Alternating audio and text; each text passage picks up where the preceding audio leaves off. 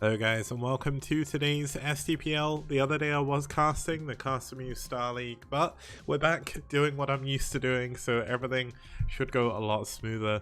Yesterday was certainly weird, but hopefully before we cast again things will get a little bit better. But either way, today we've got some pretty good matchups coming up for you. It is of course going to be 2 series today rather than 3. Just because I've been casting a lot this week and I kind of want to give myself more of an easier day. But we're going to have aSh versus NiCe, and then we're going to have Rev versus NiCe, but both of them should be cool.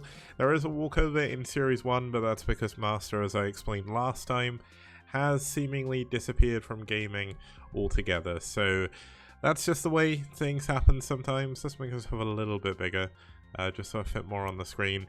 One thing I've noticed, compared to most people, like Rapid pointed this out as well, because my camera is above me, essentially like I look really small, so I need to find a better way of putting my camera on my desk somewhere so it's a little bit better. But either way, it works fine. It doesn't bother me too much, and I've never seen anyone complain about it, so we're all good. Let's actually have a look at the team rankings so we can see how things are going already. Good start. I've started losing my voice already, which is always a great way to start the cast off. I just have to make sure I drink loads of water. Starting us off here starting us off in first, we've got Soul Gaming. In second, we'll have Valhalla. We've got White Clan in third, IRK in fourth, Red in sixth, and then Red in 5th even. Apparently I don't know how to count up from 1 to 6.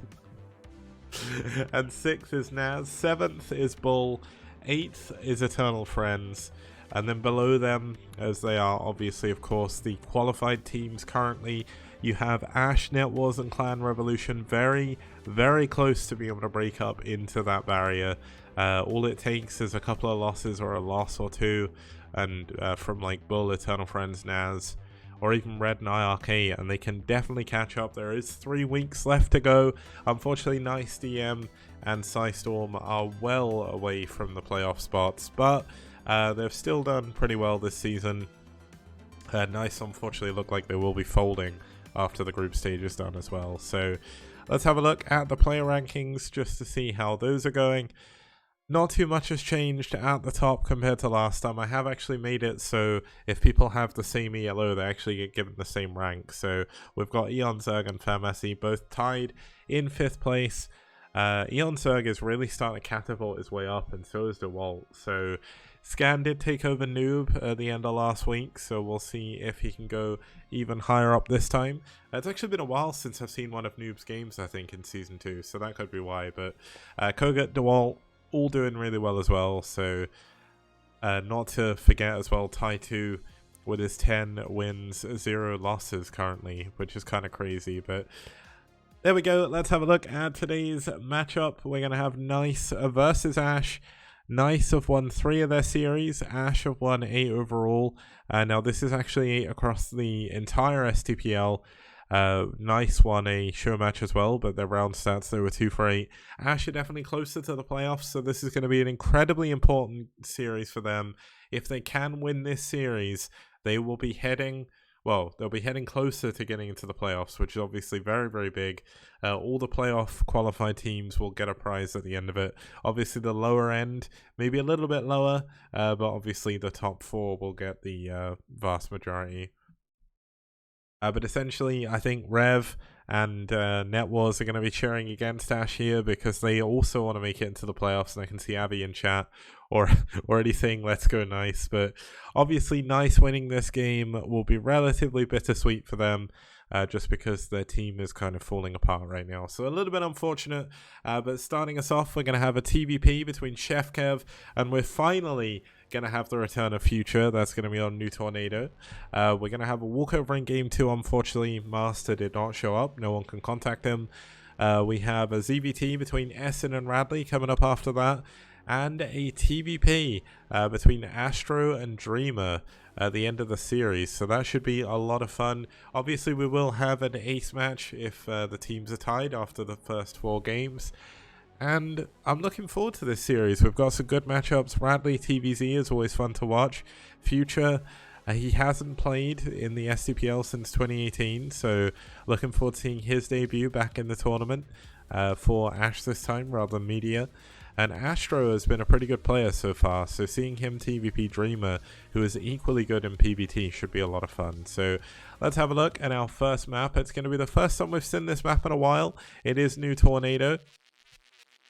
This has been one of the more, like, surprisingly one-sided maps when it comes to PvT in the tournament. Terran 8 for 2 over Protoss. There has been a lot of like one-sided games though, but they haven't all been one-sided. Like you have someone like Reyna versus Dragon. He actually had a massive upset over the American Protoss player there. Medinho being last was a pretty big upset as well, although Medinho is a really strong player, so I don't know if I'd like to call that one an upset, but I definitely kind of didn't expect that. And even though the statistics look this way, I've seen a lot of really questionable play coming out of Protoss on this map, so hopefully Future is going to live past the shenanigans that Terran can pull off early on, and we'll have a relatively long and interesting game to start us off here in week number 11. Let's get started. Oh wait, I haven't actually introduced the players. Oh, here we go. Chef Kev playing for NiCe. He's done pretty well, 33% win rate overall, not too many games though, and he has been playing against some incredibly strong players. And his opponent, also fighting from the USA, is going to be Future. Now Future, one of the more well-known Protoss players at the moment, at least if you've watched Twitch a lot, because he's pretty much always streaming. One of the ex-media Protoss players, so it's kind of funny to see that his last match was against aSh.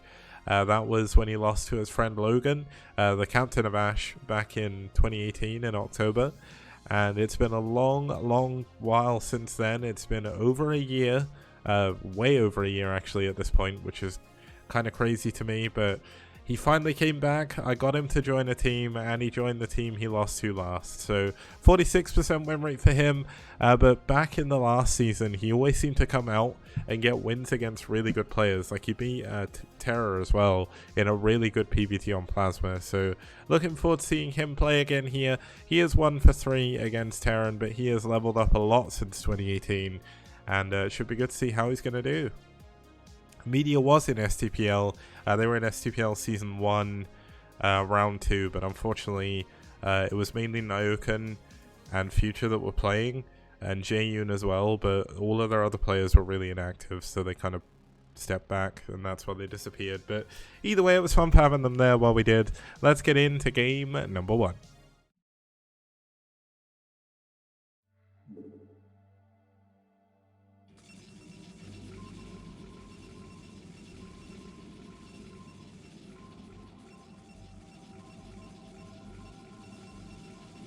Okay, starting us off here in the 1 o'clock position, we do have the red Protoss player fighting from the United States of America.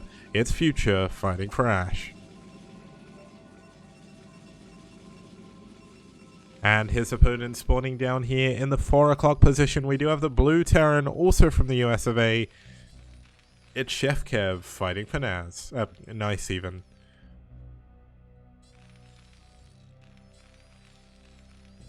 Now looking at the additional statistics, it's been a while since we've seen Future play, but his average game duration, at least in the STPL until now, is only around 13 minutes. Looks like Chef Kev's is only around 10 against Protoss, and it'll be cool to see how exactly he's going to do here, because Chef Kev, he hasn't had the best luck against Protoss. He's 1 for 2. Future, of course, is 1 for 3, so either way, this is going to be an important game for both these players to win. Now, if we were to take a look at the New Tornado stats, there's only been 10 TVPs here overall, so not too many, but the average Terran versus Protoss duration is around 17 minutes, so that's kind of cool.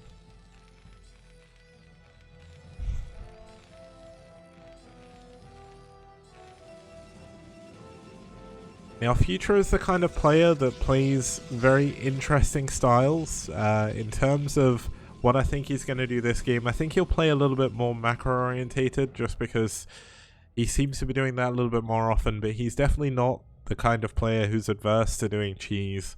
He does it a lot on ladder. Whenever we play like King of the Hills, he's always cheesing everyone and winning all the time because he's pretty good. But yeah, Producer Unknown, like I've had those stats for a while. I don't mention them every cast because they appear in the bottom right. But obviously, I thought I'd bring them up because it's kind of interesting. Stats and production are kind of the two things I focus on the most. Because whenever I think back to like old Pro League, they're the two things that I feel made it most interesting. When you had like all the stats and the amazing production as well.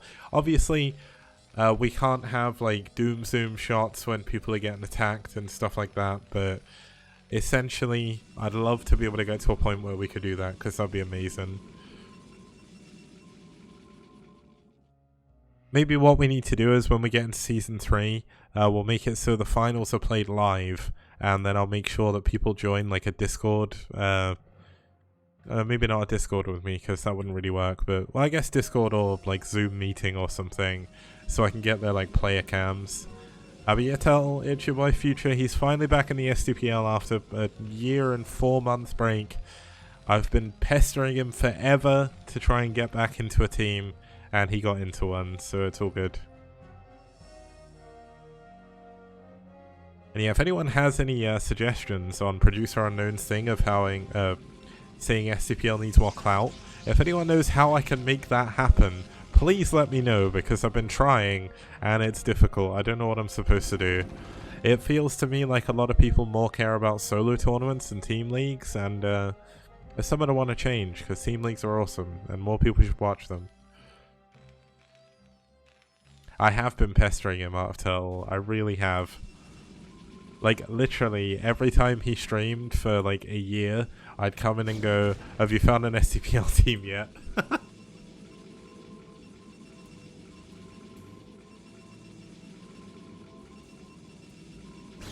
Oh yeah, Turtle, I heard about that. I can't believe you did match fixing in BSL. That's it. And just to confirm for anyone watching the VODs of this that can't see chat anymore, Turtle had, like, this bet of if Future beat him, then he would have to play an STPL again. I think that was it. Yeah, Monoris, unfortunately, because I'm not a Twitch partner, it is very, very random if I actually get the options for people to change the quality. But yeah, it's a bit of a pain. It's really, really annoying. We've got a 28 Nexus coming in from Future, by the way. In terms of what Chef Kev's doing, he is doing a fake expansion because he is going into a starport behind this. He's going to be dropping 4 vultures in his opponent's main. Now, the benefit of doing this is Future cannot see if there is a command center there or not, so he can't be sure if there's an expansion or not. Now, the funny thing is, and the hilarious thing about the way this is going, Future has played against this build a lot because he has been he's played with me over the last year quite a bit, and this is a build I pretty much do every TVP, so Future should be able to suss this out. It's also been a very popular build.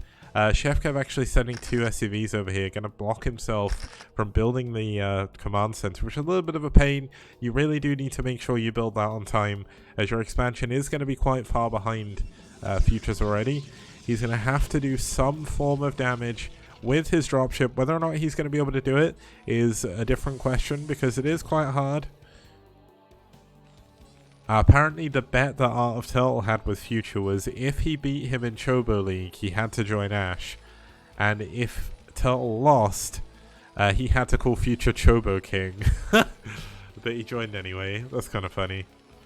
Chobo King's amazing. Here we go, the drop coming in. Gonna be able to get at least a couple of probes, but look at Future's reaction times. Pulling those probes, pulling the probes away immediately. 3 probes have gone down. Oh my god. Oh, that was close. There was nearly a mine on like 3 additional probes. That would have been a bit of a pain. But mines on... Oh no, Chef Kev losing one of his vultures to his mines. But getting 2 dragoons is absolutely massive. Now, the one benefit of this build is usually you would go for speed first, and then you would rally vultures over to the natural to continue doing damage. But unfortunately, he's not going to be able to do that this game. He didn't go for that, so We're not going to see any additional damage done for now, and given the way the game started, Future's going to feel pretty good about that anyway. He only lost about 4 probes. Yes, he lost a couple of Dragoons, but in the grand scheme of things, he is very, very far ahead of Chef Kev right now. He does have the possibility of going into a shuttle himself. He's not going to go into Reaver Tech or anything like that. Likely going to go into a Citadel behind this, and then go into Arbiter play. Carriers can be pretty good on this map either way, but we're going to have a third base coming up here for Future, and the Observer's going to spot the dropship, so that's pretty good.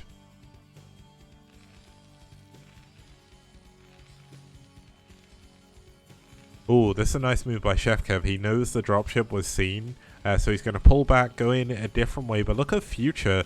Future's like map hacking or something. He's following the dropship around. Ah, okay, he was just going back to pick up another vulture. Yeah, dropping one vulture really isn't worth it unless they're really distracted. One of the best ways to use dropships in TVP is when you start to push, or when they start to do something, you drop and then they don't really react to it quickly. But when you're just kind of sitting back in your base, dropships aren't actually that powerful. The power of dropships is in the very early game before they get a load of units, and then also in the very late game. If you saw Sack's games recently on stream, he's been using dropships very, very well. There was a game between... I was Sorry as well. When I was casting CSML 2 yesterday, Sorry did a really good job with his dropships in the TVP he played as well. That was actually against Stork as well, if I remember correctly. So, kind of crazy. Doesn't look like the siege yet. At least he's not sieged up.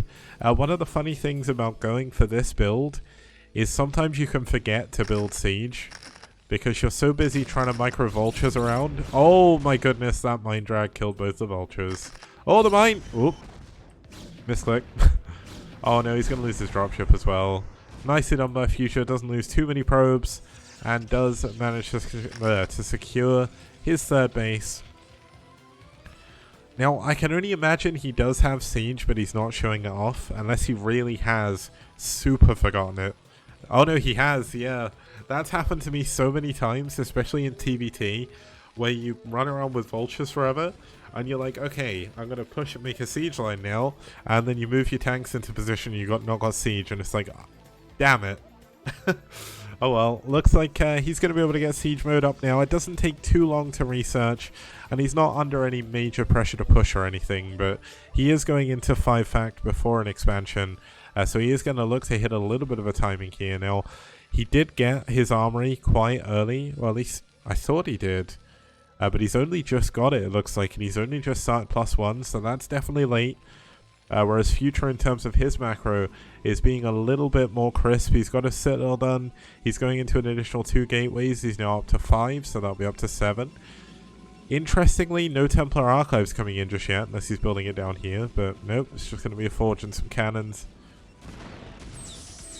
Now, Templar Archives is not super important unless you're going to go for Storm. The Citadel is more important for Zealot speed, but you do kind of want to get into Arbiter Tech or Carriers as soon as possible, because they do take so long to try and come into effect. But it looks like Chef Kev gonna try and push forward onto the high ground. Future getting ready for this, obviously adding on a ton of Dragoons, ton of Zealots will be coming in soon.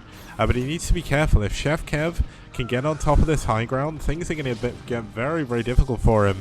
Now the trouble is, this is pure tank now. There's barely any vultures. And it looks like Chef Kev may lose the game here, because you lose this many tanks this easily. I mean, Future's just going to be able to push across the map and win at this point, and that is very, very unfortunate. It looks like the vulture rally, he really should have waited until he had a couple of rounds of vultures out this factories there, because this is rough. It's a rough situation to be in for Chef Kev. He's going to try and go around the edge with vultures to do some harassment. Now, he is going to be able to hold at home now. He does have a decent number of tanks back at home still. But, I mean, vultures killing probes at this point isn't too impactful. It's not 5 minutes ago. I mean, Future's got 3 Nexuses right now. Okay, he's going to get the main. He's going to get 2, 3, 4, 5, 6. He's doing a good job target fire. I'll give him that. 6 probes, not too bad. But look at the front. The tanks have been killed with a Zealot bomb. that as soon as this bunker goes down, which doesn't actually have any Marines in, there is going to be no units in between him and his... Oh no, this is going to be a massive mine drag. Wait, the vulture must have died. He needs to move these. Oh my goodness. Look at it. Future is just going to drop this and kill every single unit. Oh my goodness. He killed one of the mines, but not the other one quick enough. Dragoon on top of the tank with barely any health. Going to be able to take this down. Oh, the repair's pretty good. I mean, look at this. There's just constant reinforcements coming in from Future, heading across the map all the way to Chef Kev's Natural. And this is... wow, he saved the tank. Not too bad. Trouble is, I keep calling it, and then it doesn't end, so I need to be careful. But Future definitely in a massive advantage right now. He is going to continue to press that advantage, though. He's not going to try... Well, he is going to try and expand against the top left while he's doing this. But does Chef Kev really have enough units? Look at that beautiful Zealot split by Future there. Oh my god, the mines though. Ooh. Oh, the mine! Okay. That is the luckiest Dragoon I have ever seen to not die to that mine. But yeah, Chef Kev has 2 tanks on the high ground. They're within attack range of the Dragoons. Future picking up a single Dragoon and a Shotland, sending it in. The Vultures at the back. The mines are going to be able to clean up these Dragoons for now. But with more reinforcements coming in, this is a ticking time bomb here for Chef Kev.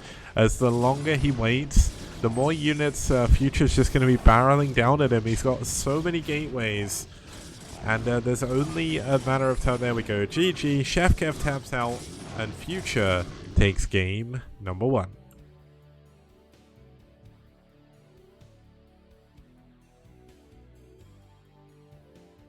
So that was a fairly straightforward game by Future. He took a little bit of damage to a drop early on, but the drop didn't do enough. The command center was too late from Chef Kev, and also the upgrades were too late as well. And when he eventually did try and push, he didn't have the right composition of units in the right position, and that gave Future the win in the game, of course. Now the second game, as I mentioned, was a walkover, unfortunately, but that's going to take us into game number 3 when we get back after this very short break. See you guys soon.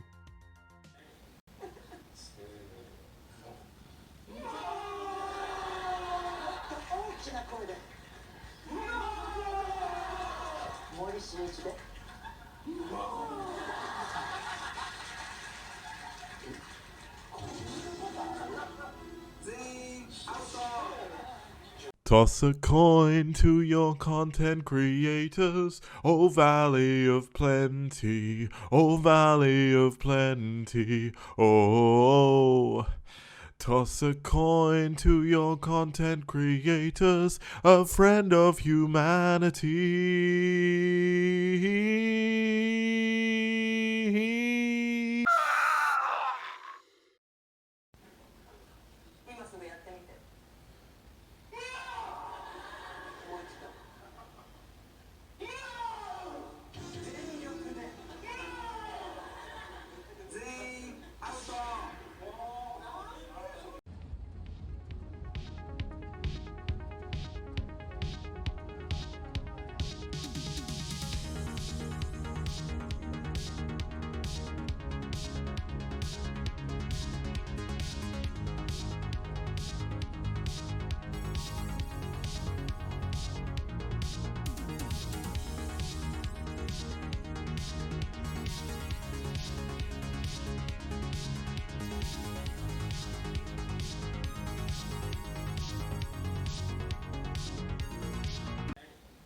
Okay guys, welcome back. We're here for game number 3 between aSh and NiCe.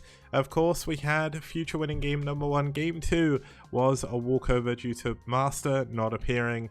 It is a shame, but NiCe are going through a ton of issues right now, and it looks like the team will fold after the group stage.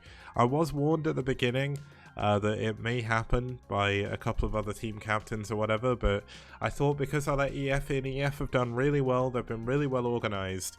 There's been a couple of times where things have been a bit funky, but overall, I mean, the first 8 weeks or so, NiCe did incredibly well. They were always on time for everything, and then I think Master just decided to have like a massive massive problem. I don't know what happened, but he disappeared and it left someone else in charge of NiCe. And that was it. So let's have a look at our next couple of players and we'll have a look at our next map. Starting us off here for NiCe is going to be aSh. And I don't know what I've clicked on here, the wrong button. Let's try that again. So aSh, a Zerg player for the United States of America. His name is of course NiCe backwards, for anyone who's not completely, well, for anyone who's super dense. Yeah, it's cool. aSh has done pretty well. He's got a 60% win rate overall. This is actually the first time in a while we've seen him not on Neo Arcanoid, not doing his crazy all-in that he always does. But this time we're going to see him try and probably do an all-in on Multiverse. So Multiverse is a pretty cool map, but let's have a look at his opponent. It's going to be the one, the only, the Ghost King himself. It's aSh Radley. He's got an amazing quote, by the way. He updated it. He says, most people does not realize the true potential of nukes in StarCraft and find it offensive. In fact, that's the greatest weapon for harassing your opponent's most important resources, his actions per time and focus. What an amazing strategic knowledge. Radley's essentially the Sun Tzu of Brood War. That's what I'm calling him now. But nukes are really cool. Hopefully we'll get to see some nukes this game. It is a TBZ. And 2Curb saying someone should join NiCe with the Nick meme. And 80s Mullet asked me, are you going to the Stockholm LAN? As far as I was aware, that was cancelled now. Is that back on? Like, I'm fairly certain aGh said it wasn't happening anymore, so no idea is the answer to that question. Yeah, 80s didn't realize it got cancelled essentially because aGh was trying to figure out something with the organizers of the venue, and he couldn't get anything organized, so it's been cancelled for now. But essentially, maybe something else will happen. Hopefully something does, because America keeps getting all these cool lands and we don't. So let's make something happen. Someone organize something. I'm too busy organizing like a massive team league, so if someone else could do it, it'd be great. That'd be awesome. Maybe you can use your power of Mulletopia to organize some kind of LAN. Let's do it. You got the power. You've also got Doc Holiday to help out as well. He's always organizing tournaments. But let's have a look at our map here. It's going to be our third map of the series, but the second one we'll see today. It is going to be Multiverse. Now, Multiverse has been fairly well balanced in everything bar Terran versus Zerg, but we've had some really dodgy matchups in Terran versus Zerg as well. Although we have had some updates and some upsets and some very close games as well in this matchup. So looking forward to seeing how this is done, and we will head over to game number 3.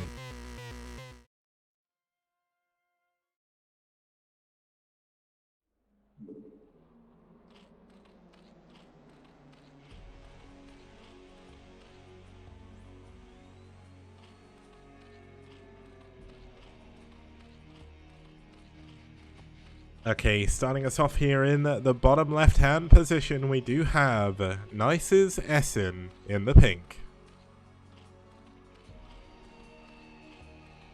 And his opponent close by air positions, but far by ground. It is the orange Terran. It's the Ghost King himself. It's Radley.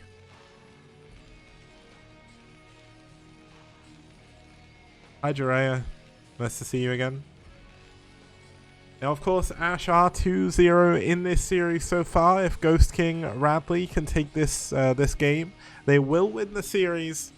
But if aSh can win here, he keeps the dream alive for his team of going to an ace match. Now, of course, in the grand scheme of things, NiCe winning the match will not matter for them because they won't be able to make it into the playoffs. But if they can block aSh, that's something they can do. aSh need to win this game if they want to keep their hopes alive of getting into the top 8. It's incredibly close. 3 teams are tied in like 9th, 10th, and 11th position. And the teams just above them are very close to them. So any match wins are going to be super important now. There's only 3 weeks left, including this one, of the group stage of STPL Season 2. And Tangard saying, God, I love Radley games. I do too. The Ghost King is obviously an amazing player now. Essen's not going to go for a cheese this game. He is going to go for a 12 hatchery. But Radley is going to play a little bit aggressively. He's going to go 2 barracks. Now, we have seen him do this before, and he'll likely go into a quick academy. And he could be doing a little bit of a one-place play.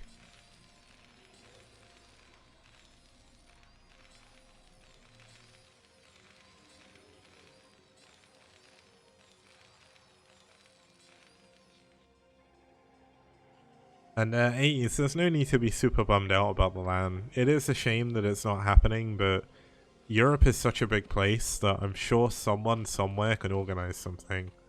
Like, I'd love to try and organize something in the UK as well, but there isn't, other than like Meltdown, there's not really a big LAN place that we can go to, I don't think, because that's never really been a thing in the UK. Like, even internet cafes during the 90s weren't really a thing. Even though no one had internet at home, people just went to the library, stuff like that, or the library, if I'm trying to say it properly. My new home, Lucky Noob, I love it, but unfortunately it is nowhere near big enough to hold a big LAN. But we should start our own Home Story Cup, but the trouble is, like, getting people from Europe to the US is really difficult, and getting people from the US to Europe is also hard, so looks like we are going to have Essen going in for a few lings himself. He's not quite yet figured out that it's going to be a 2 racks play, so he's not going to be building a sunken or anything, which actually could be a massive problem here, because this is going to be a very, very aggressive play. Doesn't take a telepath to know what you're thinking. Oh wow, Vendethiel, thank you so much for the 5 gift subs, Matt. Means a lot.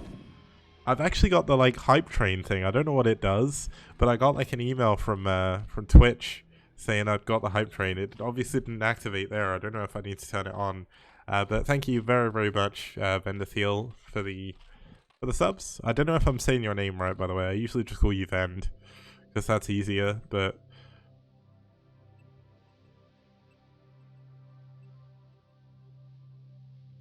okay, so Radley's going to be pushing forward with a good number of Marines. He pushed the Overlord away, so there is going to be nothing to scout this is coming. There is a sunken, though, so Radley's not going to be able to push in just yet. He's going to have to fall back a little bit. We do see... Wow, he's actually going for... Okay, so Radley is going for a super old school build here. You go for Engineering Bay first, well, after the 2 barracks. You go into an academy a little bit later, around 30 supply, and you essentially go double upgrades. Now, someone, I can't remember what his name was, but there was someone on Team Liquid who made a post about this and called them like Super Marines or something. And that's essentially what this build is. Like, the Marines are going to be so powerful. Radley is getting ready to block off the other 2 pathways through the map. But as we see here, there is a hidden base up in the top left. This is it's impassable by ground because of these installation gates. The only unit that can go through is a mineral walking SCV from Radley, so he's not going to be able to attack that for a while.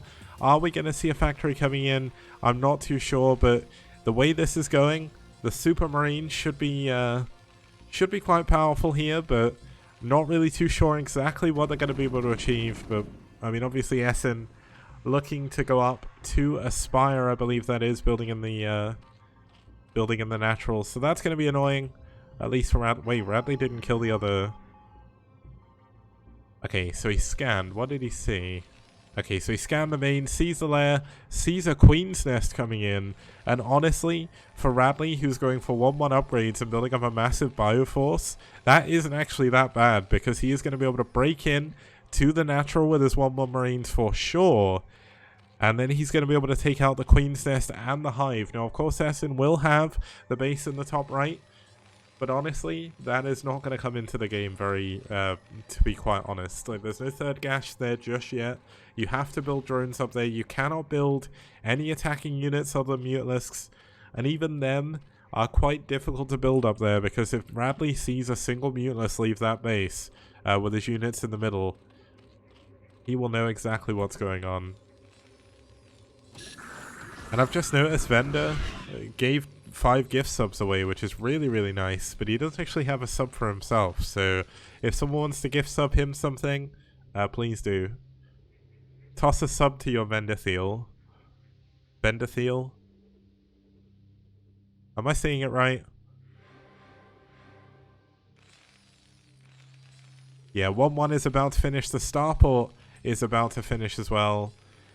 More and more bio is coming in. 1-1 is obviously going to be very, very powerful on these Marines. This super Marine army is going to push in. There's only 3 Sunkens at the moment. A 4th one is on the way. But is this going to be enough? There's 4 medics. You realistically want 1 medic per Sunken. But Radley has to go in soon. Otherwise, he is going to miss his opportunity. Now, there is a lot of Zerglings here. He is going to scan. He's going to move on up. He has to deal with the Lings first, otherwise he's not going to be able to do this. The medics unfortunately getting caught a little bit out of position. This is do or die for Radley. He's in a position where he's being attacked by the Sunkens and the Lings at the same time. That is not where you want to be, but it looks like he may just about have enough bio. He's killed all of the Lings now. The medics are in the wrong position though. Is Radley going to fall here? Is he not going to be able to break through? It looks like he may do, and if he breaks this could be psychologically enough to take down Essen. The Lings popping out of the eggs there, going down immediately, and it looks like Radley may want to snipe the Spire. It could have been a Guardian Rush based on that early Queen's Nest, and if he gets the Spire, this is definitely a poor situation for Essen to be in. Now there should be more bio on the way soon. A single Mutalisk is out. The drones have been pulled. The Lings are coming in. Great micro by Radley. Gonna keep these Marines alive for now. And this is actually insane micro. This is definitely the son of Boxer. All of the drones starting to go down. The medics walling perfectly. And so many drones are falling. There is a creep colony coming in, but it's going to go down. GG. Radley does it again. He wins another TBZ. And this time, he didn't even use nukes. Now, was there a science facility? Because if he was going to rush... No, there wasn't. I was going to say if he was going to rush nukes after that, that would have been incredible.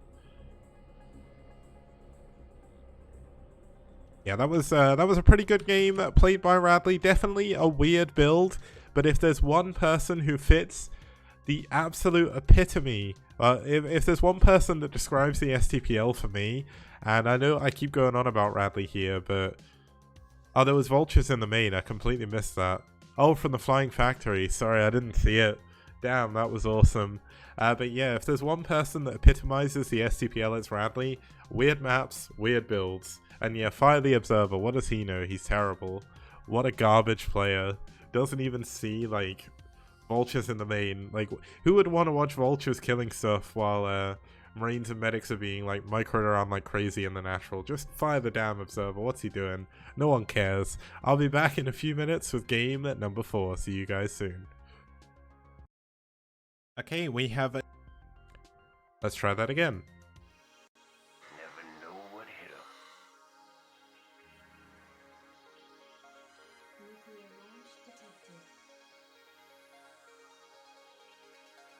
Been detected. Where has he put the nuke though? Oh man, I know it's somewhere in this location, but where? Where is the nuke? It's definitely, there we go, it's on top of the sunken, and boom! And the nuke goes down, and so does all the drones. What a nuke right there. Oh, here we go. Oh boy. The nuke on the position again. It's on this base, this poor base. I can't see the red dot though. Where on earth is the red dot? Maybe he's put it on like the blood or something. There we go. Directly on the hatcher, on the lair. Absolutely abolished one. Annihilated the base. Man. Oh man. There we go. The nuke is going to go down. Can it get the hatchery? Yes it can. 300 minerals in the drink. We see more and more ultra stream. Remaining signs. Nuclear launch detected. The red dot on the hatchery. Has Cold realized? I don't think he has. He's not pulling away. He's going for an all-in attack. But I want to watch the nuke. It's going to be so huge. Oh man, all of the remaining drones are going to go down. There we go. Boom, once again. And GG. Radley cleans up the final drones. And the game ends with Net Wars up 2-0.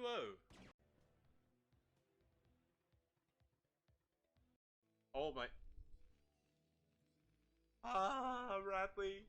You just keep giving. This game is the gift that keeps on giving. Mass race ghosts, another observer gets sniped. And you know what happens when you don't have any observers? You get nuked.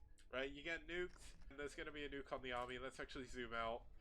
Oh, Horitos doesn't know. Oh, no. Okay, guys, welcome back. We're going to be heading into game number 4 between aSh and NiCe. Of course, aSh have won the series 3-0, but the 4th game still gets played.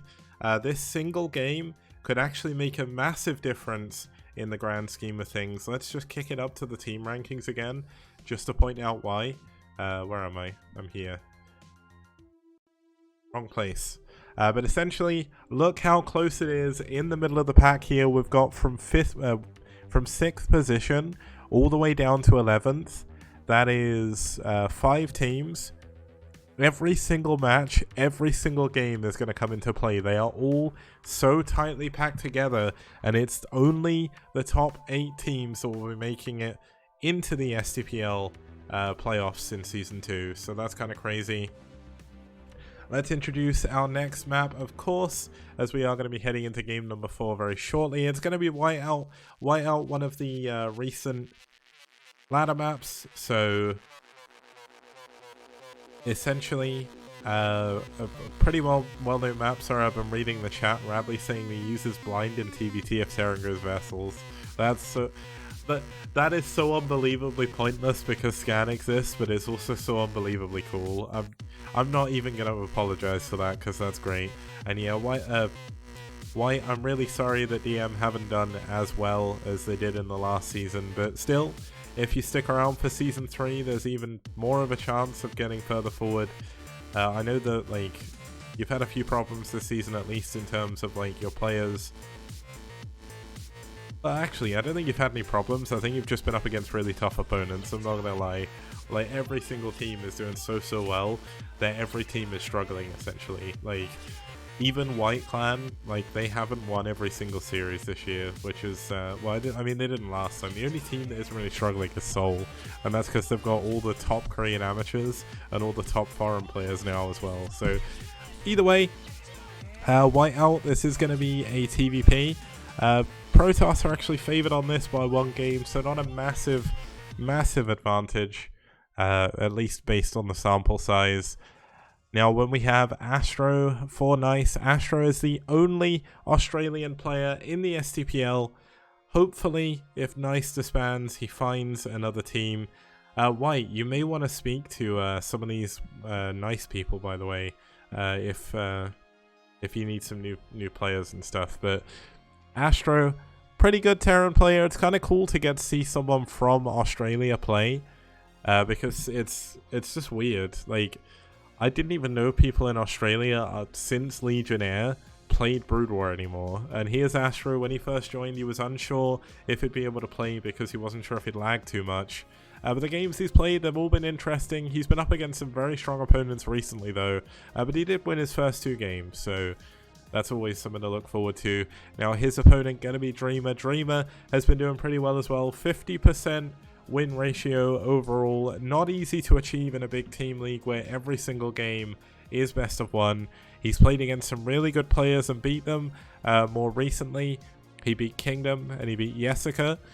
He did lose to DeWalt and Scan and Zero, but they are 3 incredibly strong players, so not too much to say about that. But he is ranked 53 in the STPL overall. I'd just like to say there's over 300 people who have actually played games in the STPL, so essentially, when I say he's ranked 52 or 53 or whatever, that's very high.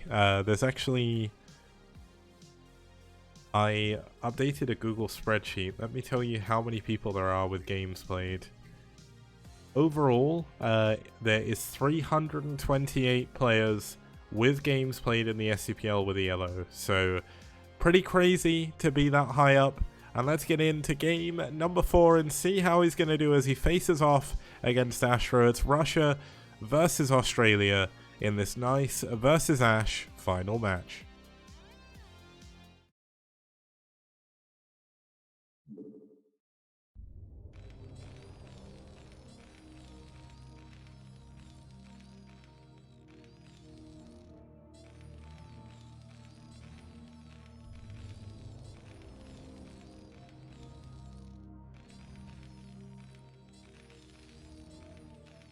Okay, starting off down here in the 6 o'clock position, we have the Blue Terran fighting from Australia for aSh. For NiCe even, it's Astro.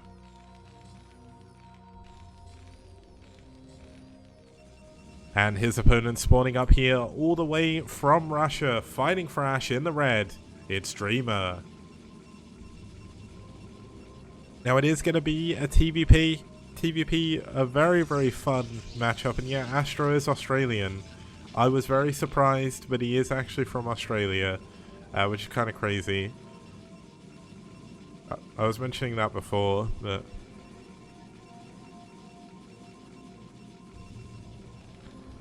Now, when we saw Future versus... It was game 1, I think it was Future versus Chef Kev. I've already forgotten, and it's only been less than an hour. But with Future versus Chef Kev, I mean, we had Chef Kev try and go for some early drop shenanigans, but unfortunately, it didn't work out for him. He did a little bit of damage, but Future was able to recover. He had 3 bases very quickly, and he pushed in for the win. We'll have to see if this game is going to go differently, or if it's going to be the same. And yeah, Radley, I was going to say, like, I didn't know any other Australian players other than Legionnaire, and I don't think Legionnaire plays anymore, so when they came to me and said Astro's from Australia, I was like, whoa.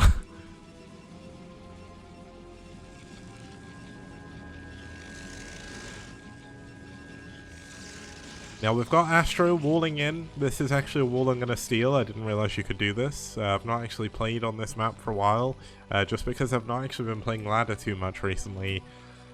And when I watched Artosis' stream for like 5 minutes last night, I was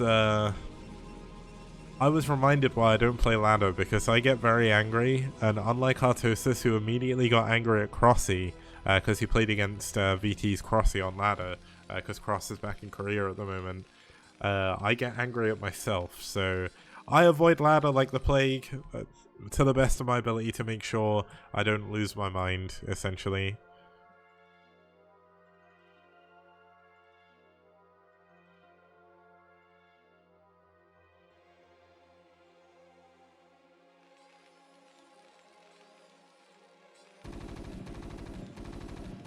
And Art of Turtle seeing there's another player called Astro from Canada. It's actually Draw. I didn't realize he had a different name.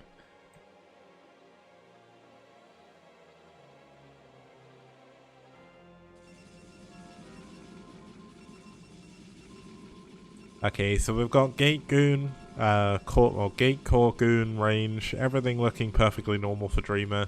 Back in Astro's base, he's going for a factory expand. Gonna build the command center on the high ground. One of the more common ways to do this these days is to actually build the bunker on the low ground and build it on the low ground as well. But it's not a major problem. Obviously, you do delay your expansion a little bit, but it also keeps the Protoss player in the lurch as to what's going on. Now, as long as this was far enough back, I don't think Dreamer should have been able to see it with the Zealot, but definitely one of the hardest things to hide. And Avi with a funny little anecdote saying, speaking of nationalities, throwback to the WCG where Jaedong had to play a foreigner and said he thought he was playing against the AI, which is kind of funny. Oh my goodness. And Art of Turtle, Psy Crow is not part of Psy. Psy is spelled with an I, and also they're all Bulgarian. I think Crow is actually, well, I mean, judging from his name, he's from the UK, so... Radley saying it was Zim. We have Damn Funk saying it was Blackman. So... Mania D, my favourite player of all time is Fantasy. My favourite current player is Sack, because he's just come back from the military. I'm a massive SK Telecom T1 fanboy, so yeah. There we go again.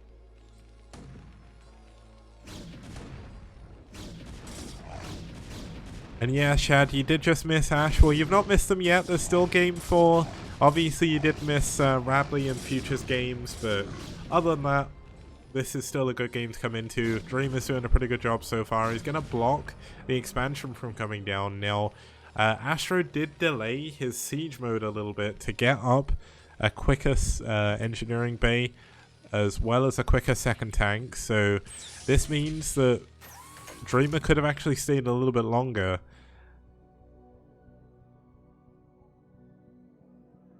And L-Funk, I'm very sorry that you can't lower the resolution. The problem is the fact that I am not a Twitch partner. I've applied to be a Twitch partner 3 times now, and every single time I get rejected after like a month, and they don't give me a reason why. So I was hoping one day they would come up with something that would essentially say everyone could use the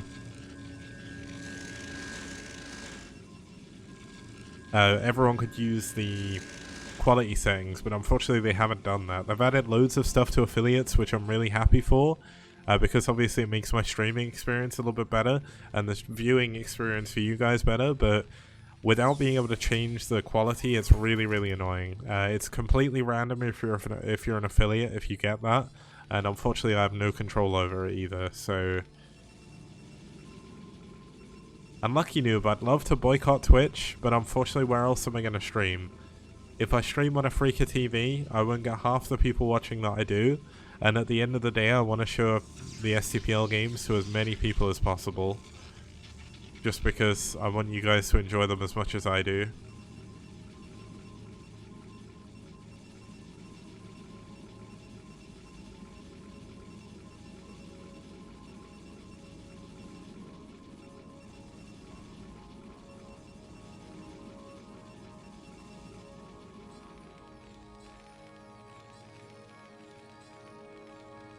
I was thinking I could actually set up a restream to a Freaker as well. I was planning on doing that at some point, but I still haven't I haven't done it properly yet. Avi's saying he loves the silence when I'm clearly reading chat. That is true. I was reading chat, but I was also doing someone else. Prusen, my name is Kix. I am a British caster, one of the only British casters left. In fact, I think I'm the only British caster left in the Brood War scene, so yeah, I was kind of looking around at chat and also trying to figure something out, because I was like, do I sort out restream? And I was like, maybe not. We got the Arbiter Tribunal coming in for Dreamer. He's on 3 gateways already. Should see him start to explode his gateways a little bit more when this third Nexus comes up as well. And Avi, please do not spoil Cast Muse Star League. I'm casting it in English, but I've only done the first 2 groups so far. And Crow, I am not in the knockout stages yet. We have essentially, we're essentially in the group stage for 3 more weeks, and then we'll go into the playoffs. Juicegate was not the best silence in Videncia. Oh my goodness, that was the worst. I was certainly not silent. Oh, a different topic. Fair enough. But yeah, Avi, don't spoil anything about CMSL, so, because I'm still trying to cast it and I need to catch up because I'm a little bit further behind than custom users.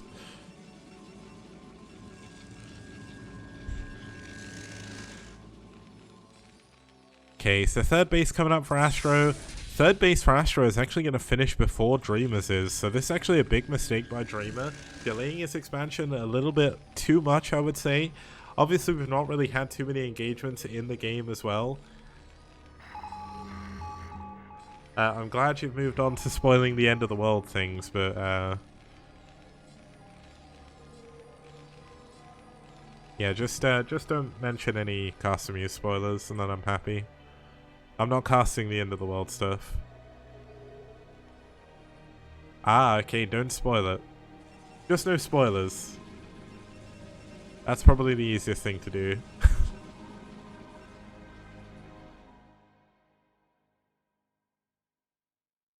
I'll spoil ASL 9 for you.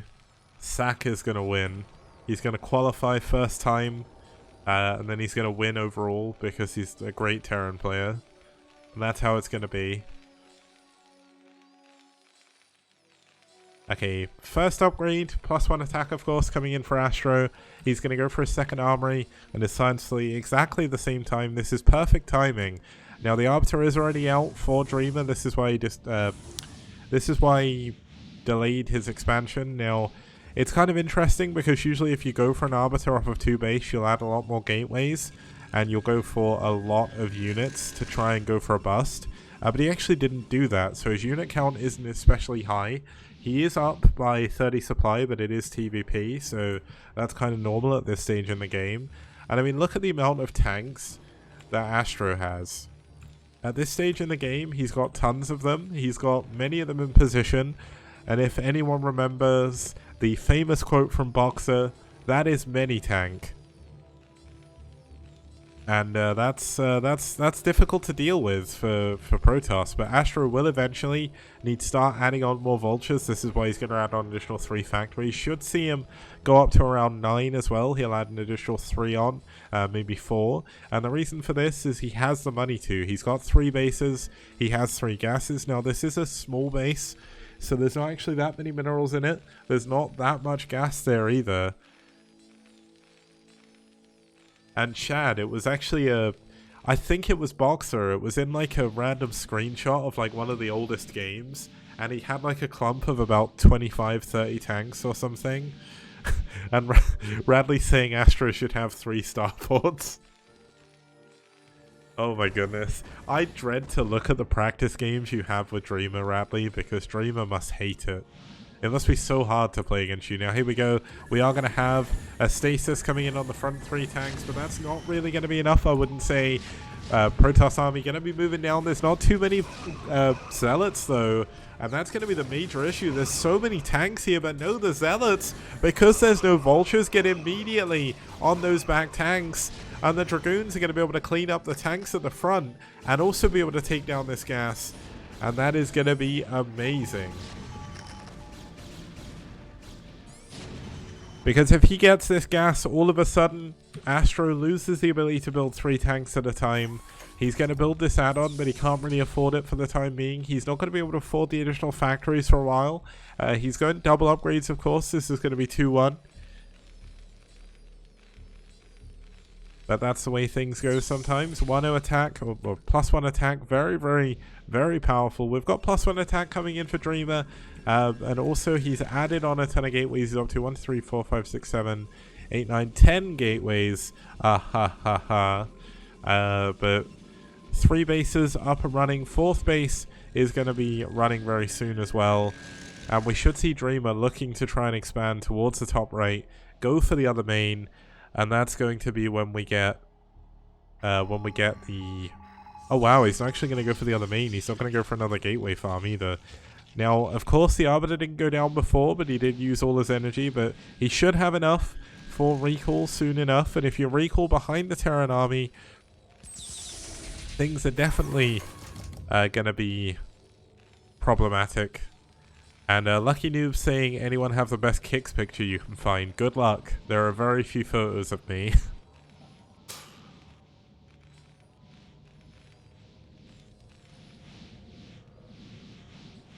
Okay, so we got 3 Arbiters now. This is when things start getting out of hand. This is going to be 3 Stasis, maybe even 2 Stasis and a recall. He's going to Stasis the front tanks again. He does lose his Observer, which is very annoying, but he's going to be able to go in. Is he going to go for... Oh my god, that Stasis at the back is huge. That's a ton of Vultures, a ton of tanks, but does Dreamer... Where is his units? He just doesn't seem to have a massive army. Here we are. They're finally going to flow across the bridge. But does Astro just have enough back at home? He's on 1-1 upgrades. 2-1 is about to finish. Now the gas is going to be taken out again. Another Stasis coming in. That's definitely going to help. But the vessel really being problematic here. NiCe. Defense matrix there on the front tank. And that would be... Oh, that's pretty good.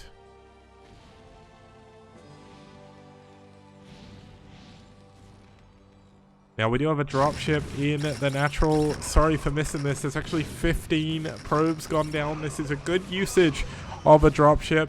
That's kind of crazy. But essentially, Dreamer did lose a ton of units pushing in, and Astro is now the one with a massive advantage. Essentially, he was behind. Then his upgrades were very well timed. That's obviously a massive thing in TVP. The dropship comes back home as well. Now, a lot of the probes did manage to evacuate. He has got a lot of bases that are mining, so things aren't too bad. And Castle, you are now Canadian, so you've been upgraded. You're no longer American. Be free, my Canadian brother. Now 3-2 upgrades aren't coming in at the minute, but we are up to 9 factories now for Astro. Wait, is this? Yeah, 9 factories. And Astro is slowly starting to push out on the map. Fastly starting to push out on the map now. This is kind of crazy because this is a ton of units. And if he gets in a position over this 4th base, he's going to be able to block reinforcements from getting to the top. Now, of course, recall is an option. Which can make things very, very difficult for the Terran player. We didn't lose the Arbiters from before, so they should be able to come in and get... Oh my god, this is going to be a money stasis right here. Wait, this... Was that an EMP?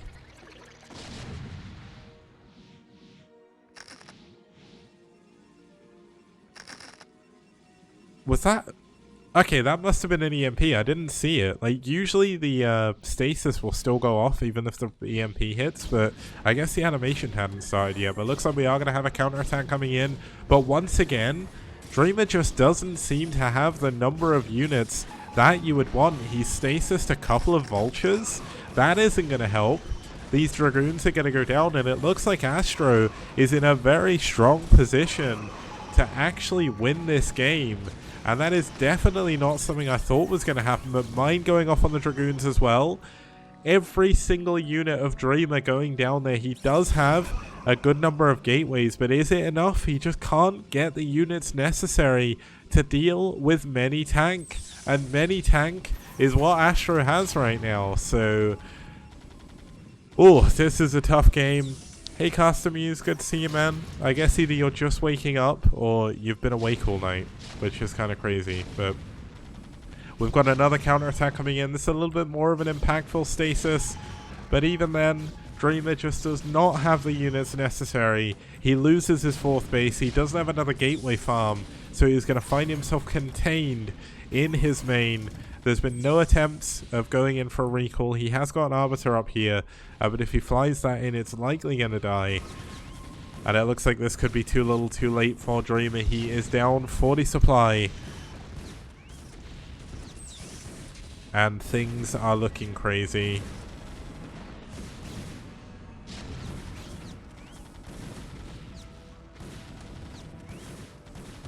As the natural is going down for Dreamer, it is nearly mined out, but there's just so many units that are going to be stuck in the main while the mine getting so confused. Someone clip this mine for me so I don't have to fight. Oh my god! The mine does get in the main in the end and kills the Dragoon. Oh my goodness.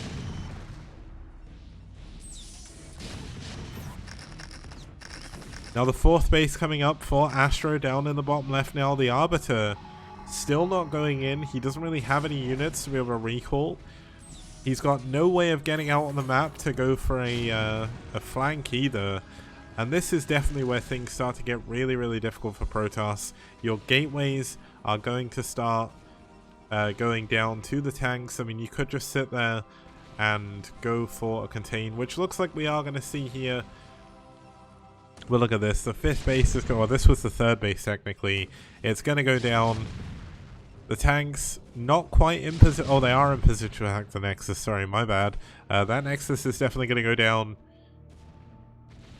And this is tough. I mean, unfortunately, Dreamer just doesn't really have an option here. He's going to stay back and try and go for a big army and go for a big recall and try and end the game in one fell swoop. He's going to try and play pop-up Protoss and move over to the other main. Whether or not this is going to work is going to depend on how this recall goes. and how things are going to go. He needs to go in the main with it though, and Astro is getting ready already. Now it looks like the recall is going to come into the third base here, the fourth base even, but realistically this isn't super important, although if he can get in a position, I mean this third base is almost mine now actually, if he can get in a position to take this down, maybe he has a chance even.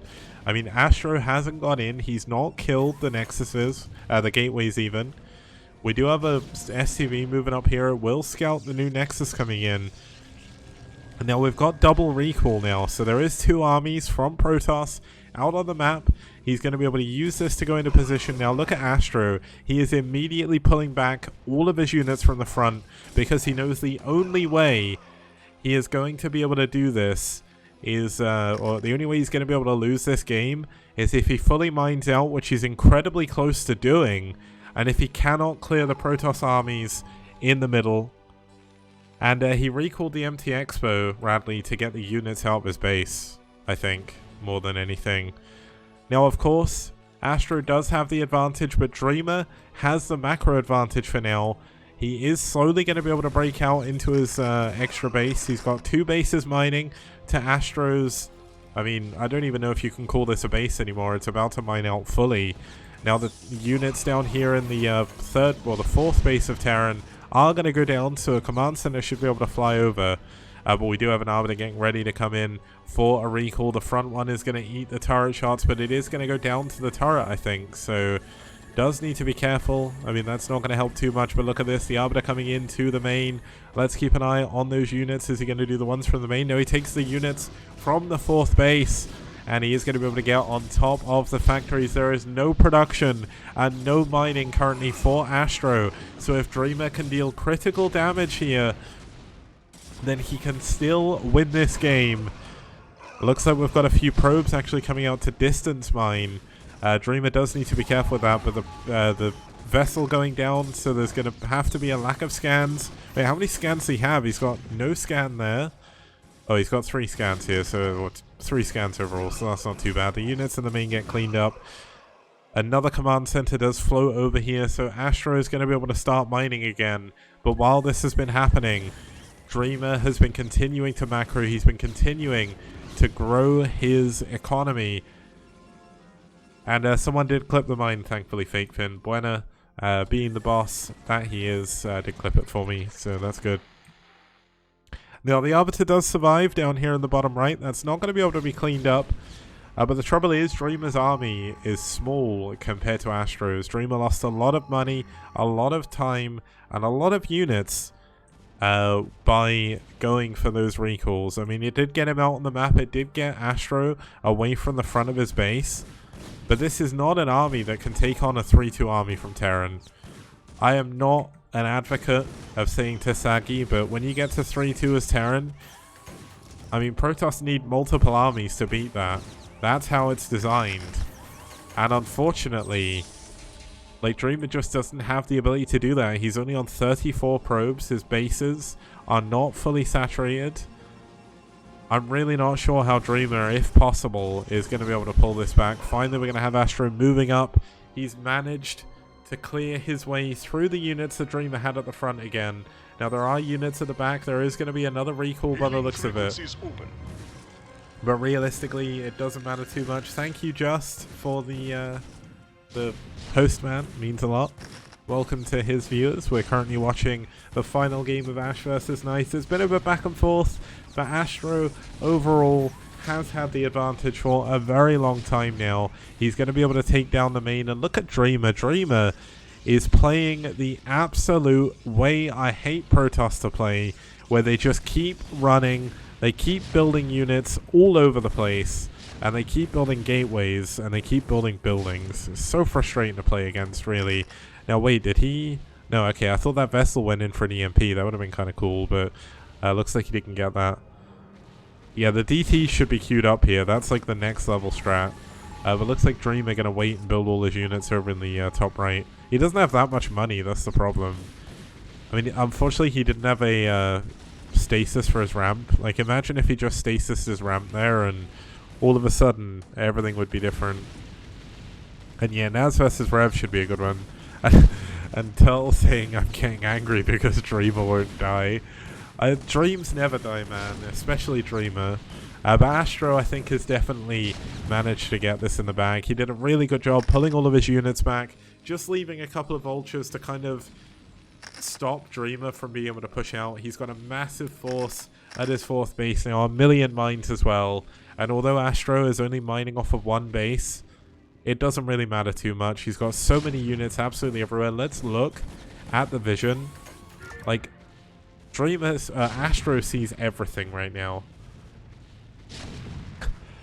Radley saying you should recall on top of the tanks attacking the main. I mean, that would be a choice, but he's going to recall on the next 4th base. There's still not that many, still not that much stuff going on, and Yaj, don't bring that stuff here. If you want to bring that here, I'll just time you out. And Ending Life, don't start shit either. But it looks like we are going to have we're going to get the command center to go down, which is something. But then the units of Dreamer are just going to come over here and do absolutely nothing. They're going to die to the tanks. He can't push through. I mean, there is only a couple of Goliaths, so maybe in a million years he kills all of the he kills all of the tanks with arbiters, but he tries to get in, but unfortunately it's not enough. Now, Dreamer does have a good number of gateways over here. He's continuing to build units. He's now lost the entirety of his main. He's lost all of his tech. And he's now lost one of his only mining bases. And looks like Astro should have this in the bag. He's going to rebuild the command center because he can afford that. Dreamer can't afford another Nexus. I mean, Dreamer's down 60 supply, 70 supply-ish. And it's not looking good. I mean, look at this. This is many tanks heading up.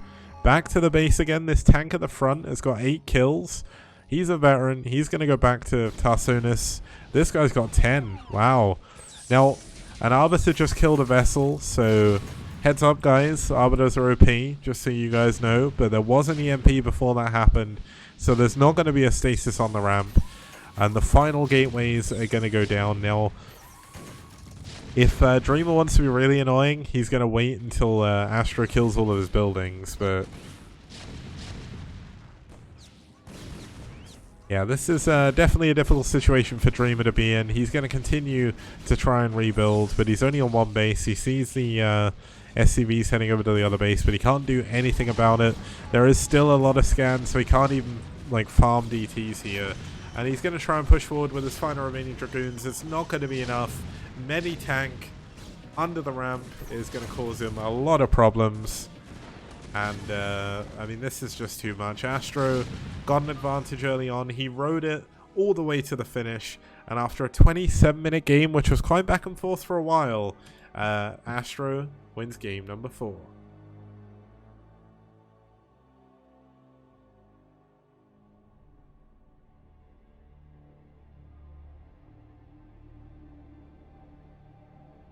So of course that is the final game of the series. Forgot to change the set overlay again. I did that last time and that messes things up, but that's fine.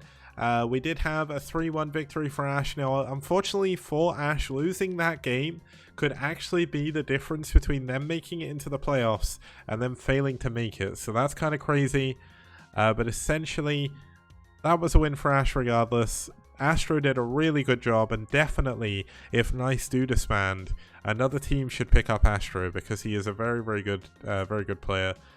And Yaj, I do not know what time or how long it takes in StarCraft to patch Zergling. I've got to admit, I don't actually know the answer. So either way, Art of Turtle asking, why are we isolating Twitch? Why not just say accept STPL in Twitch affiliate? I'm already an affiliate. I'm not a partner even. I don't get what isolating Twitch means. But yeah, let's have a look at the results. Of course, that was a 3-1 victory for aSh. Even, man, I need to stop reading Twitter. Oh my god, that wasn't even me reading chat, it was just me being stupid. 3-1 victory for aSh. Future winning over Chef Kev. Master not showing up for his game, so hit him up getting the walkover win. Radley winning over Essen, and Astro winning over Dreamer to keep the pride alive for NiCe, but unfortunately they are not going to be heading in to the playoffs regardless of any outcome. They're way too far behind in the standings, but that game, that series puts aSh up a little bit and everything's going well. And Avi, I'm not reading Twitter, I'm reading Twitch chat. There's a difference. Okay, I'll see you guys in a few minutes when we get back for series number 2. It's going to be Rev versus Naz. Don't go anywhere.